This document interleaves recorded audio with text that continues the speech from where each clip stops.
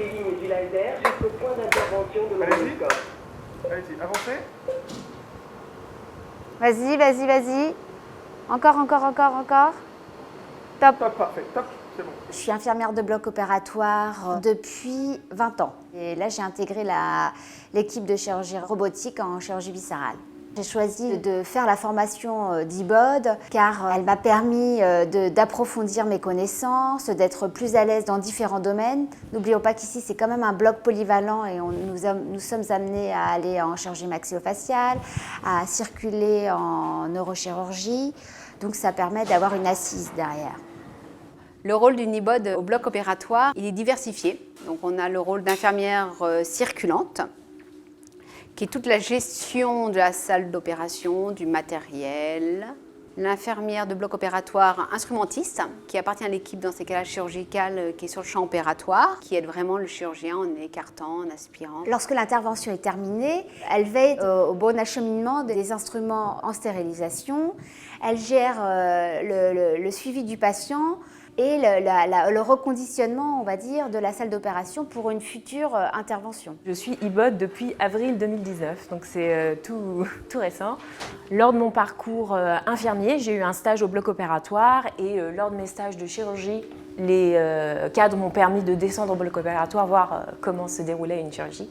Et ce monde m'a tout de suite plu. Donc, être e-BOD, c'est vraiment se focaliser sur la chirurgie, c'est la beauté de la chirurgie, c'est connaître l'anatomie, connaître les différentes pathologies. Il faut s'adapter à l'âge de l'enfant, à sa taille, à son poids. Donc le matériel sera différent. Donc c'est un métier qui est technique. On n'est jamais dans la routine au bloc opératoire parce que chaque intervention est différente. Chaque chirurgien a une technique différente. Ça fait 15 ans que je travaille au bloc opératoire, je ne m'ennuie pas. La chirurgie évolue. J'enlève les ciseaux. J'y vais, je rentre.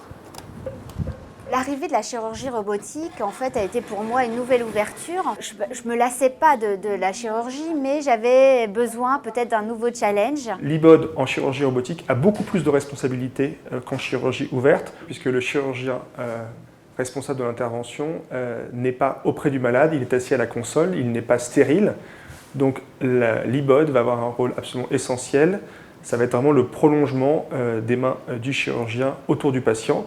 Elle va avoir le rôle de changer les instruments du robot, d'aspirer, d'amener les aiguilles. Donc c'est vraiment un rôle absolument essentiel, raison pour laquelle les e-BOD doivent être très bien formés. J'ai la chance de faire des formations et de participer à des congrès médicaux où il y a des échanges interprofessionnels, où nous avons la connaissance d'une nouvelle technique chirurgicale ou du nouveau matériel qui est sur le marché. Ce qui est vraiment génial ici, c'est l'esprit d'équipe. Moi, je suis revenue pour ça, à la paix, et aussi également, je pense, au niveau curiosité intellectuelle, on rencontre vraiment des chirurgies qu'on ne voit pas ailleurs. Une infirmière qui désire travailler dans un bloc opératoire, je lui conseille de faire la formation au e-BOD car elle a une meilleure prise en charge du patient dans sa globalité, que ce soit avant l'intervention, par son anticipation de tous les gestes, que ce soit pendant l'intervention avec sa maîtrise des temps opératoires et que ce soit en post-interventionnel avec la prise en charge